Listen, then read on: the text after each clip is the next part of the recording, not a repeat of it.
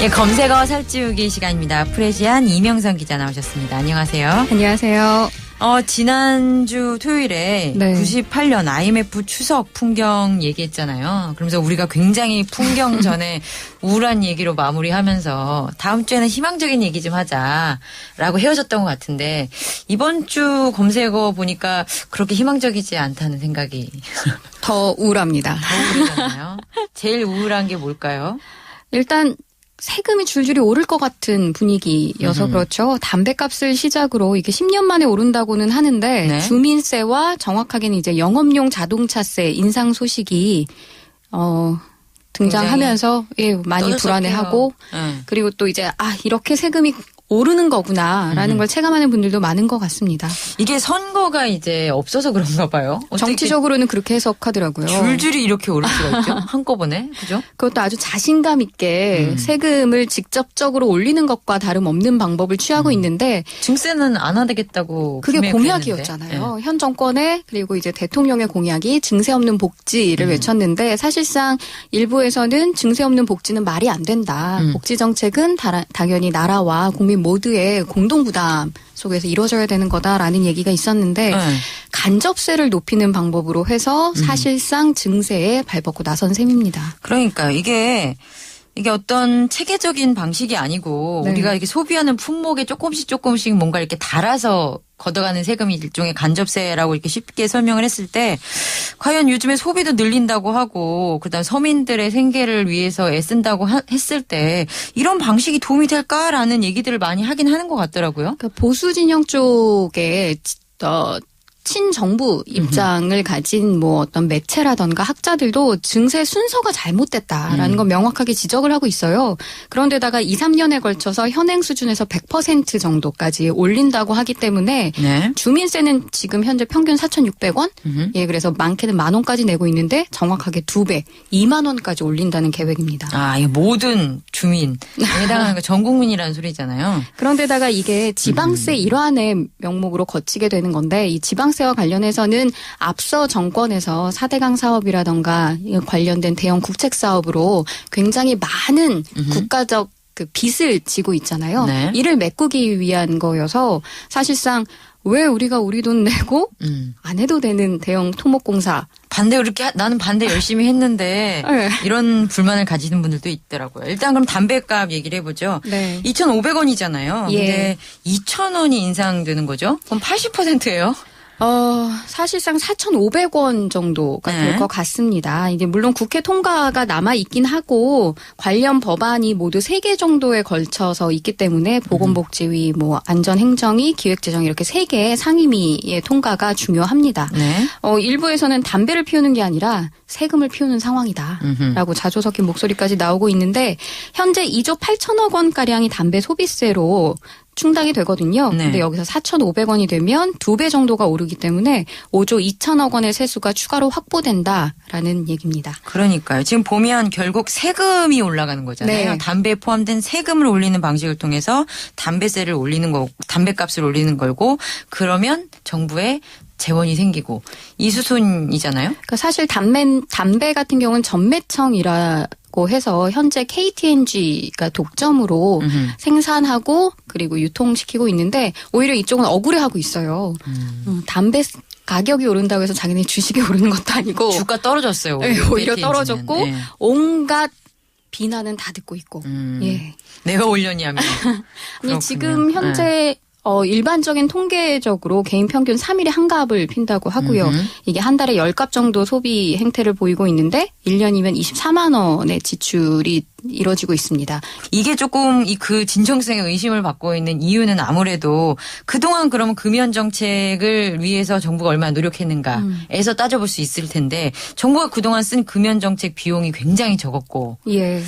금연을 장려할 수 있는 여러 가지 정책을 시행하고 프로그램을 마련한 뒤에 이제 말 그대로 가격을 인상하는 형태로 진행이 되는데 이건 아예 순서가 잘못된 거죠. 그러니까 진정성을 의심한다는 거고 최근에 약간 그 포토를 떠들썩하게 했던 문영표 복지부 장관의 말도 네. 결국 그 맥락인 것 같아요. 그 보니까 이처럼 강력하고 포괄적인 금연 정책을 시행하면 뭐랬는지 잘 모르겠지만 흡연으로 인한 조기 사망을 크게 줄일 수 있다라고 했는데 담배값과 관련해서는 확실히 강력하게 했긴 했는데 초토화됐죠? 복지부 네, 게시판 그렇습니다. 이런 데가?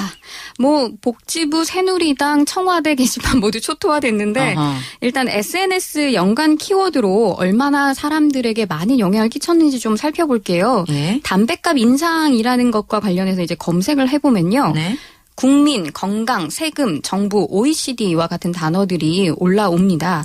이 키워드만 보면 사실 국민 건강 증진을 위해서 담배값을 올린다라는 정부의 비교적 순수한 의도가 제대로 전달되고 있는 것 같다라는 착각도 드는데 네. 연이어서 임금과 최저임금이라는 단어도 올라와 있다는 것에 좀 주목해 볼 필요가 있습니다. 네. 담배값 인상에 따른 조세 형평성 논란 또 간접세에 따른 사실상 증세 논란 이 얘기들이 왜 나오고 있는지를 알 수 있는 건데요.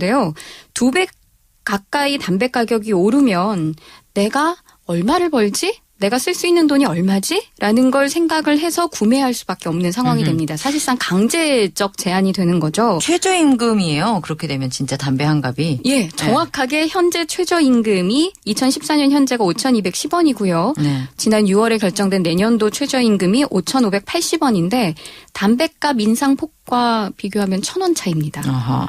최저임금은 진짜 힘들게 올렸는데. 어허. 그래서 청와대 게시판에 이런 내용도 있더라고요. 최저임금은 후진국인데 담배값은 선진국 수준으로 올린다? 그냥 세금 올린다고 하세요. 예, 말 그대로 꼼수인 거 안다? 라는 직언이고 직설이죠. 그러게요. 이게 금연 정책을 피는데 그 누가 뭐라고 하겠습니까? 네. 지금 현재 우리나라 정부의 복지 혜택 금액을 환산해보면요. 이걸 사회임금이라고 하는데 12% 선입니다.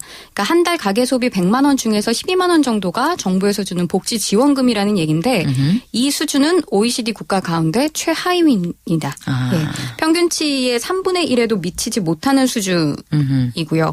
이렇게 답답한 마음이 담배값과 관련된 역시 감성 키워드라는 단어로 그대로 전달이 됐는데 짜증난다, 비싸다, 절망한다 이런 단어들이 올라와 있습니다. 임금, 최저임금 그런 얘기가 나와서 같이 살펴볼 만한 주제가 또 토마 피케티의 21세기 자본 얘기인 것 같아요. 이게 이제 한국어로 된 책이 나온 거죠? 예, 9월 15일 공식적으로 출간될 예정인데 이미 뭐 일종의 사직이라고 해야 할까요? 선주문해서 받은 분도 있더라고요. 어허. 대표적인 분이 바로 노회찬 정의당 전 대표입니다. 사전 예약 주문. 예약 주문으로 이미 받았다라며 인증샷도 본인의 트위터에 올렸는데 이렇게 추천을 했더라고요. 갈수록 심해지는 양극화와 불평등의 배경과 해법을 담은 책이다. 네. 담배값, 주민세 인상과는 정반대 해법이어서 흥미진진하다. 네. 이미 이 21세기 자본은 꼭 읽은 것 같은 착각이 드는 게 워낙에 유럽과 미국에서 화제가 되고 그 주제가 우리가 이제 뭐 언론이라든지 이런 걸 통해서 번역도 되기 전에 많이 접했어요. 예. 그래서 피케티가 말하는 어떤 해법이라는 게 뭐죠?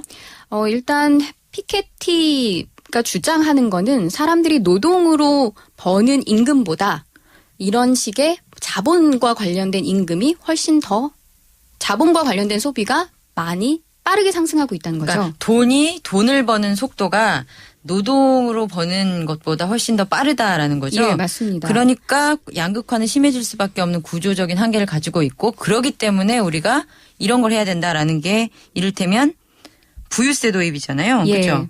뭐 자본에 대한 누진세 같은 거. 그런데 거기에 대해서 이제 노회찬 전 대표가 반대를 하고 있는 우리나라라면서 이제 좀 지적을 한 것 같네요.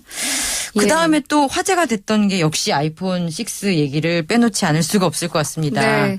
일단 커진 화면으로 아이폰 6가 바로 미국 현지에서 12일부터니까 우리나라 시각으로 오늘 새벽쯤 될까요? 예약 판매가 시작됐습니다. 그래요? 예약만으로도 품절 현상이 빚어지고 있다라고 말이 나오는데 인기 많네요. 네, 뭐 온라인 애플 스토어 접속이 지연됐다고도 하니까요. 그래요? 그런데 보니까 왜 잡스의 정신을 버렸다, 잡스의 유산을 버렸다라는 얘기가 나와서 저는 인기가 없지 않을까 그런 생각도 했거든요. 그 이유는 따로 있습니다. 원래 스마트폰의 창시자가 잡스잖아요. 네. 근데 이 스티브 잡스는 생존 당시에 3.5인치 전통적인 아이폰의 작은 화면을 고집했습니다. 스마트폰은 한 손으로 조작할 수 있어야 한다라는 게 그 잡스의 어떤 철학이나 마찬가지였는데 네. 이 화면 크기를 버렸기 때문에 그런 얘기가 나오는 거죠. 그래서 고집을 버렸다라는 식으로 보도가 나오기도 하고요. 네. 사실 이 아이폰의 여러 가지 기능을 우리나라 같은 경우는 큰 화면으로 따라잡았습니다. 그래서 경쟁이 이뤄지긴 했는데 삼성과 LG 같은 경우는 이미 화면 크기가 5.5인치에 버금가요. 거의 2배에 네. 육박했네요. 사실 네. 스마트폰 화면 크기가 커지는 거는 핸드폰 자체가 어떤 컴퓨터의 기능을 대체하게 되면서 집에서 노트북도 굳이 필요 없는 시대를 열었기 때문에 화면도 커지고 있고 그로 네. 인해 소비되는 여러 가지 영상물도 많기 때문인데 결국 팀쿡 CEO 체제로 바뀐 이후에는 잡스가 그동안 유지해왔던 어떤 경영 철학이 바뀌었다라고 볼 수 있는 거겠죠.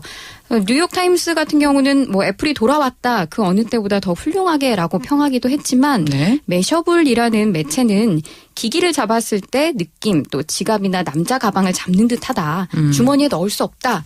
애플이 왜 아이폰을 우리 주머니에 넣을 수 있도록 하지 않았는지 이해할 수 없다라고 투덜거리기도 엇갈리네요. 했습니다. 예, 뭐 중국 포털 사이트는 아주 노골적으로 이 애플의 대화면 아이폰을 혁신 없는 피동적 업그레이드다라고 얘기를 하고 또 3년 전부터 애플이 삼성이 주도한 대화면 스마트폰 추세에 완강히 저항했지만 결국 시장의 흐름을 버티지 못했다라고도 지적했습니다.